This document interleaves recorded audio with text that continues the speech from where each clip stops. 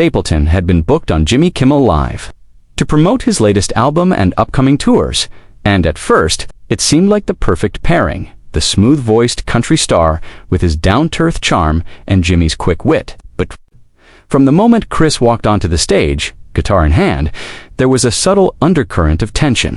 He gave a warm greeting to the audience. But when Jimmy began the interview, his first question wasn't about music at all. It was about a recent social media post where Chris had commented on the state of modern country music. "You really stirred the pot with that one," Jimmy said with a smirk. Chris chuckled softly, replying, "Just speaking my mind," but Jimmy pressed further, asking if he thought most of today's country artists were more about image than substance. Chris shifted in his chair, choosing his words carefully. But his quiet, thoughtful tone contrasted sharply with Jimmy's light, teasing energy. It was clear the host wanted a headline-worthy soundbite, while Chris seemed intent on avoiding unnecessary controversy. The audience, sensing the subtle push and pull, laughed nervously at Jimmy's jabs, unsure if they were still in friendly territory. Jimmy pivoted to another hot-button topic: Chris's decision to cancel a recent show due to illness. "Some fans online didn't take it too well," Jimmy said, half grinning. "One even wrote that you should have powered through it. What do you say to that?" Chris's polite smile faded just a touch.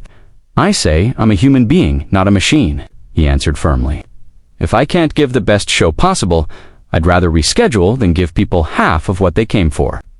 The audience clapped, but Jimmy countered, "Sure, but you've got this rugged cowboy image. Don't cowboys push through the pain?" The laughter that followed was uneasy, and Chris's eyes narrowed slightly. "That cowboy thing's just a hat man," he said, his voice even but sharp. The audience reacted with a low "oon," and Jimmy raised his eyebrows. Jimmy and Chris read mean tweets about themselves at first. Chris played along, chuckling at a few jabs about his beard and voice. But when Jimmy read a tweet that mocked Chris for acting high and mighty about the country music industry, Chris's expression hardened. "That's not funny," he said flatly. Jimmy tried to brush it off, saying, "It's just a tweet," but Chris shook his head. There's a difference between a joke and taking cheap shots at someone's beliefs. The atmosphere in the studio thickened, and the crew exchanged uneasy glances as the audience grew quieter. Sensing the awkwardness, Jimmy tried to lighten the mood with a joke about Chris's signature wide-brim hat. "Do you sleep in that thing?" he asked with a laugh. Chris gave a small smile but didn't take the bait. "No, Jimmy, I take it off just like everybody else," he said, leaning back slightly. Then, almost as an afterthought, he added, "Not everything needs to be turned into a punchline." The subtle tension between them was no longer subtle, and the audience could feel it. When it came time to discuss Chris's new single, Jimmy interrupted midway through his explanation to play a video montage of celebrity impressions of Chris singing. The clips were meant to be playful, but one in particular, a parody involving exaggerated Southern mannerisms, seemed to irritate him. Chris gave a polite chuckle, but his jaw tightened. "You know," he said, "I've worked a long time to get here. That song means something to me. I'm not sure mocking it's the way to go." The audience let out a collective murmur, and Jimmy's smile faltered for the first time. The interview limped into the next commercial break. But even during the break, the tension was visible. Chris sat in silence, tuning his guitar, while Jimmy spoke in hushed tones to a producer. When the cameras came back, the energy felt colder. Jimmy tried another line of humor, teasing that Chris must have a secret stash of whiskey backstage. Chris looked up from his guitar and said, evenly, "Nope, just water." "Don't believe every stereotype you hear." The crowd reacted with scattered applause, and Jimmy's smirk slipped just a bit more. The final straw came during the closing Q&A. When Jimmy asked about Chris's plans after the tour, Chris began to talk about spending time with family and working on new music, but Jimmy cut in with, "Or maybe you'll finally loosen up and do a comedy album." The audience laughed, but Chris didn't. He set his guitar down, leaned forward, and said, "Jimmy, I came here to talk music, not to be the butt of the joke all night." His voice was calm but carried weight, and the sudden silence in the room made it even heavier. Without another word, Chris stood up. The crew seemed unsure if this was part of the act, but as he removed his microphone and placed it neatly on the chair, it became clear he was serious. Jimmy looked up, blinking. In surprise, "Wait, are you?" Chris cut him off. "Yeah, I'm done." The audience erupted into gasps and murmurs as Chris stepped away from the desk.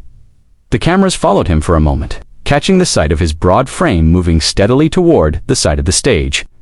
A stagehand quickly tried to block the shot, but the image of Chris walking off was already burned into the moment. Jimmy turned back to the audience, chuckling awkwardly.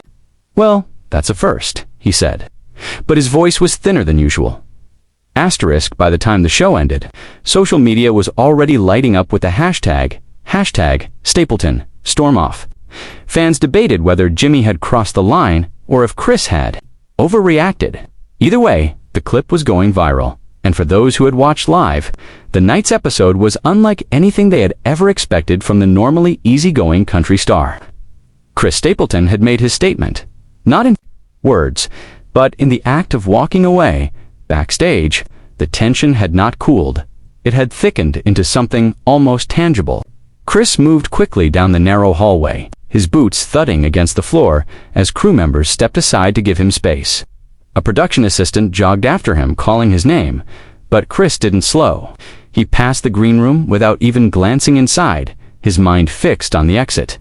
A camera operator, sensing the potential for another viral clip, trailed behind. But a burly stage manager intercepted with a sharp knot now. Chris's tour manager caught up just before the stage door, asking if he wanted to speak to Jimmy. Off camera to clear the air, but Chris shook his head. "Nothing too clear," he muttered, pushing through the door into the cool Los Angeles night. The sound of the studio faded behind him as he crossed the lot toward a waiting SUV, the headlights casting long shadows. Inside the studio, Jimmy stepped off stage to find the crew in an unusually subdued state. Normally, post-show energy buzzed with laughter and chatter, but now people spoke in low voices, their eyes darting toward the hallway Chris had taken. A senior producer approached Jimmy, explaining that Chris had left immediately and hadn't spoken to anyone. Jimmy sighed, rubbing his temples. "We'll send him a message," he said, though his tone carried a mix of irritation and regret. One of the writers muttered that the interview had gone sideways fast, and another pointed out that social media was already blowing up with uncut audience footage. Jimmy glanced at his phone, seeing dozens of notifications each headline. Louder than the last dot outside, Chris slid into the back seat of the SUV, the door shutting firmly behind him. The driver asked if he wanted to head straight to the hotel, but Chris didn't answer immediately. He looked out the window, the neon lights of Hollywood blurring past, his jaw still tight. His phone buzzed in his jacket pocket, but when he checked it, the flood of messages was overwhelming. Friends, fellow musicians, and journalists all wanted to know what had happened. A text from his wife simply read, "Saw it. Proud of you for walking away." Chris exhaled slowly, leaning back against the seat, and typed back a short thanks by the time he reached his hotel. The clip of his walk-off had already been viewed over 2 million times across TikTok, Instagram, and Twitter. The hashtags #Stapleton Storm Off, #Kimmel Clash, and #Respect the Music were trending in multiple countries. Country music fans praised Chris for standing his ground, while late-night loyalists defended Jimmy, saying Stapleton had no sense of humor. A grainy audience phone recording of the moment Jimmy made the comedy album joke had gone especially viral, with thousands debating whether it had crossed the line. Music blogs posted think pieces overnight, with headlines like, "When Late Night Crosses the Line, Chris back in the Jimmy Kimmel Live." Offices, the network's PR team convened an emergency call with producers. The decision was made to release only a carefully edited version of the interview online, cutting out the most tense exchanges. But the uncut clips from audience members had already spread too far.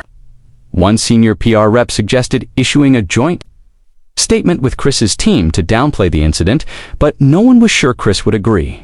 Jimmy himself recorded a short backstage video for Instagram, smiling and joking that Chris just had somewhere more important to be.